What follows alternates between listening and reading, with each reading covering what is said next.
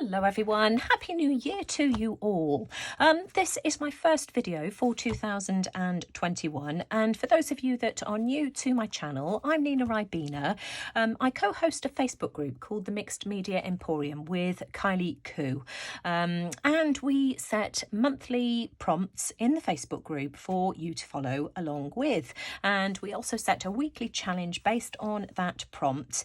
Now the challenge, the prompt for this month is to create a journal from junk. We're going to create a journal throughout the whole of this month from start to finish. So the challenge for this week is to create your cover from junk and scraps. I'm not going to promise that I will use completely junk throughout the whole of this process, but you know, I'll be using scraps and things that I've had lying around, nothing new that I've gone out and purchased. So the cover, what I'm going to be using this year for my cover is some of these. I've been hoarding onto these. I've got about 7 or 8 of them, and they're the backs off mixed media paper packs. So if you've got any of these lying around, these are absolutely ideal. Nice, thick, sturdy chipboard. You could use cereal boxes, and if they're a bit flimsy and you wanted something a bit more substantial, then you could glue 2 pieces together. The last 2 usual scraps journals that I've created have been made using packaging from bedding. This one here was made with packaging from a pair of pillow slips. Both of my sons went off to university over the last few years. One's just gone and one's just finished and come back home.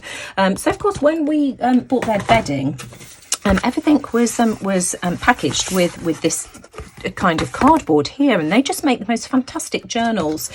So that one there, as I've said, was made from packaging from the pillow slips. The one I did in 2019 was the same kind of packaging, but made from the duvet cover.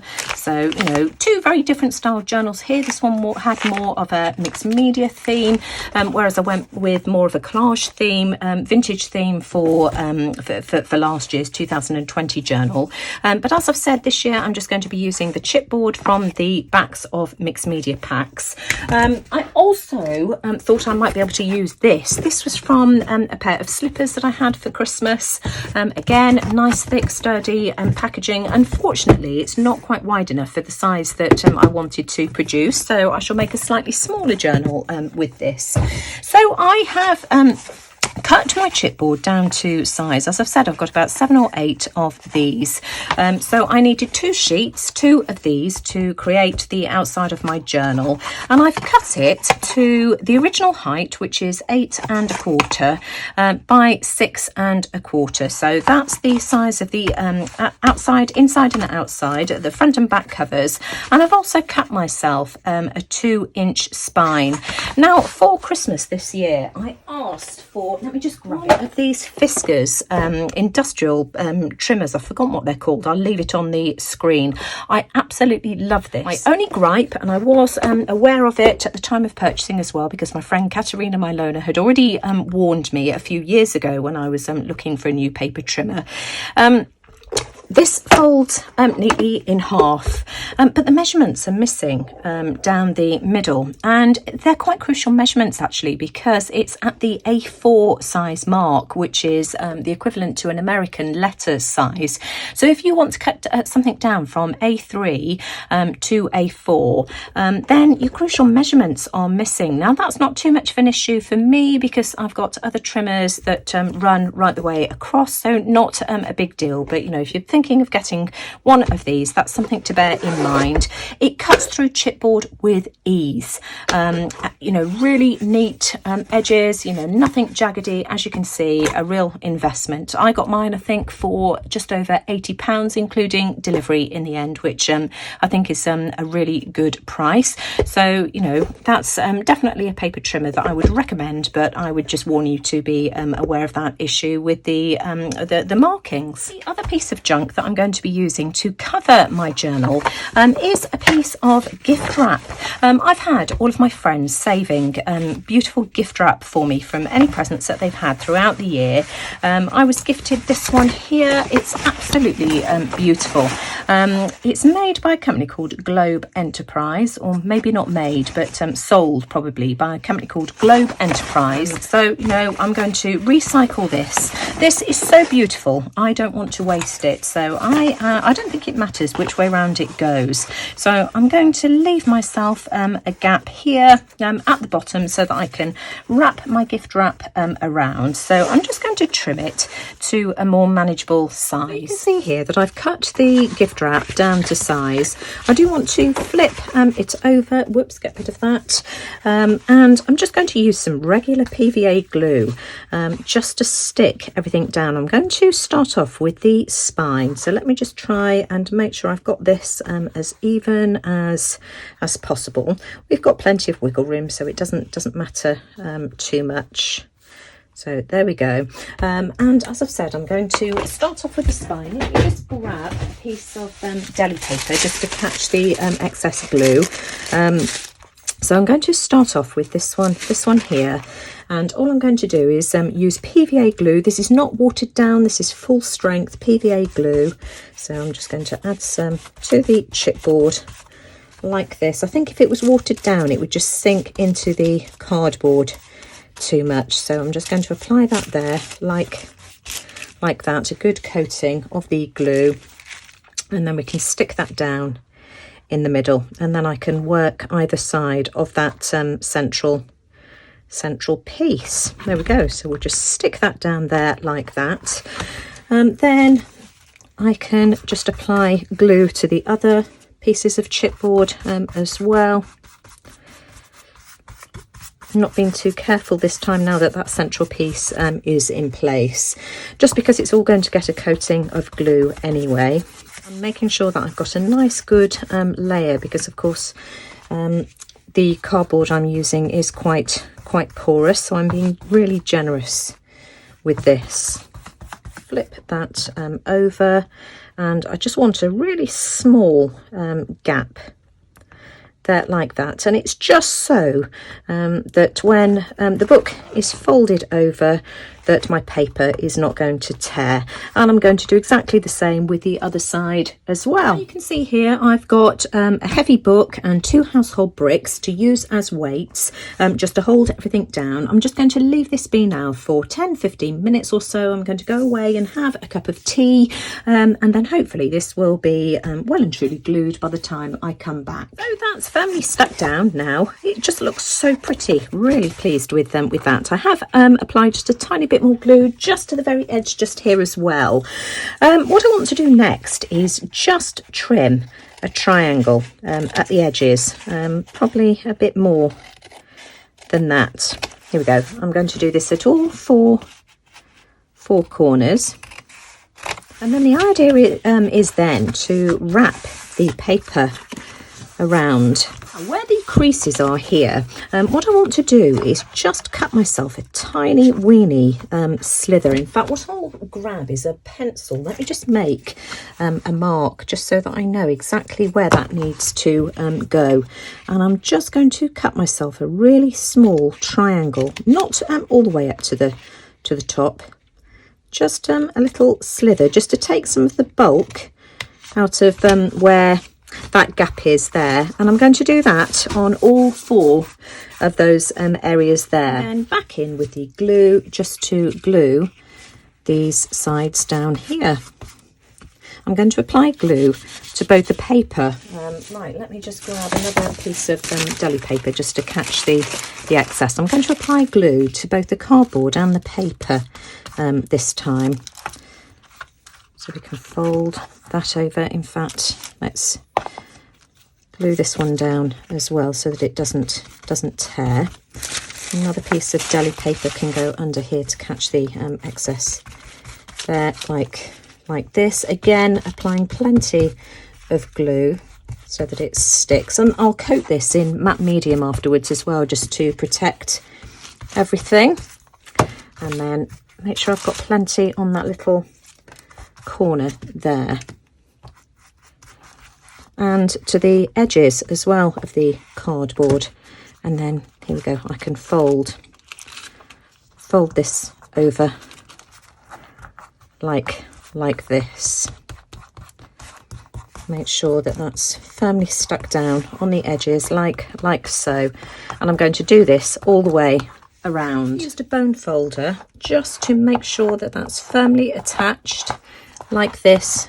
We've got no air bubbles, just being gentle because this is paper, and then I'm just making sure that I'm pressing down here at those corners there.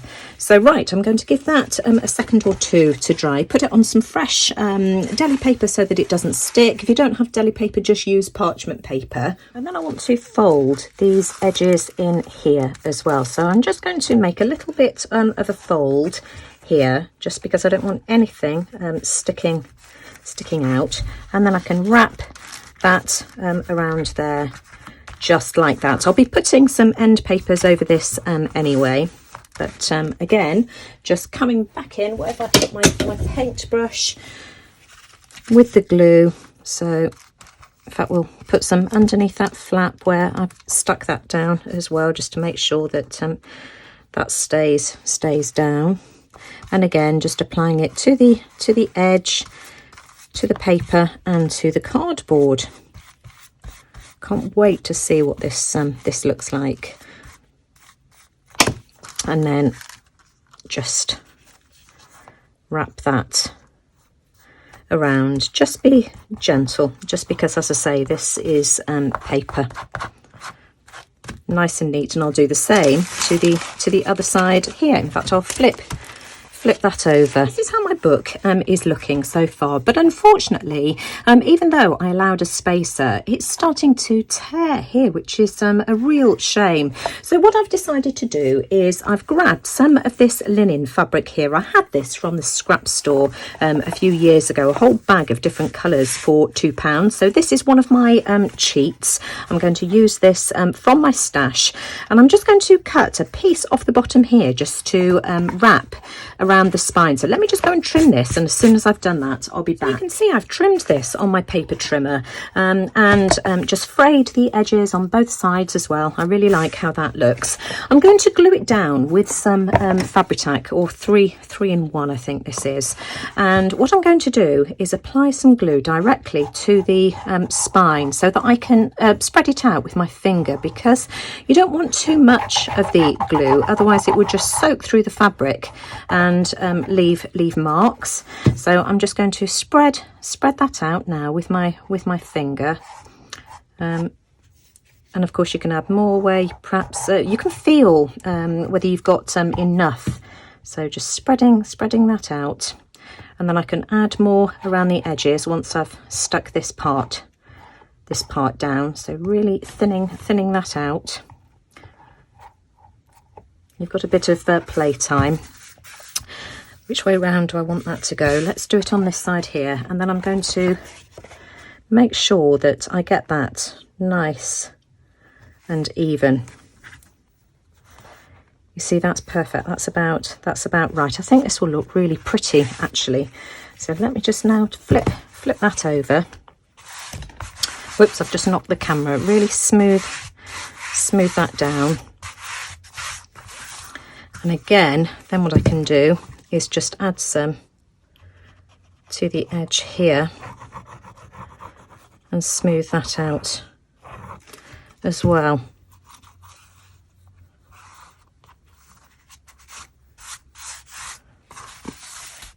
You can see that I've applied a little bit too much glue, but that's okay, it doesn't matter. It's a junk journal at the end of the day, and we can always sort of add something to try and disguise that.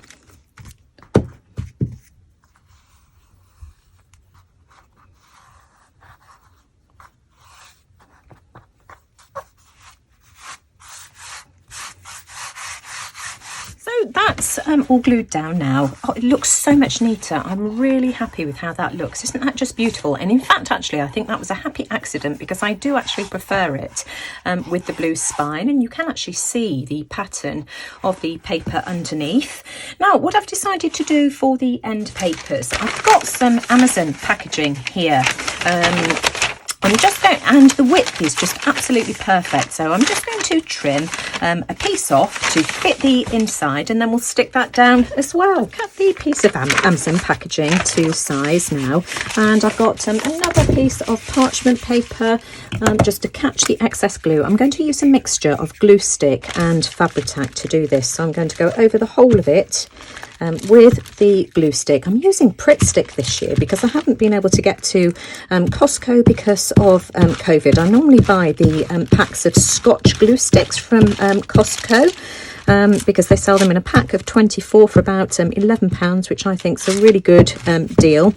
I have no issues with this Scotch. It sticks really well, but I've had to order some online because I was completely out. Let's just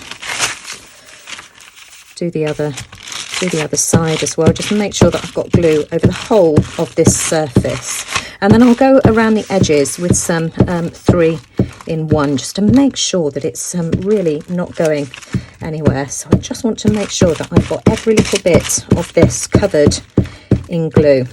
Go around the very edge just with some 3-in-1 like this, and again I'll spread that out with my finger just to make sure that I've got it right to the very edge. There we go, that will do. And as I've said, I'm just going to spread that out like so.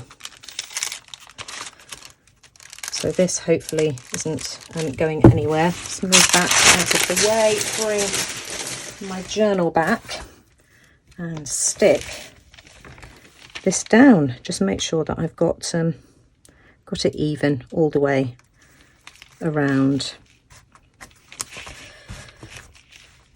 That's good enough for me. We've got a few creases in there as well. I'm fine with that. But just spreading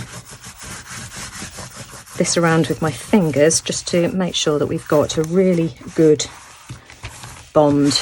And I like how neutral that is. I'm going down where that crease is, there with my finger.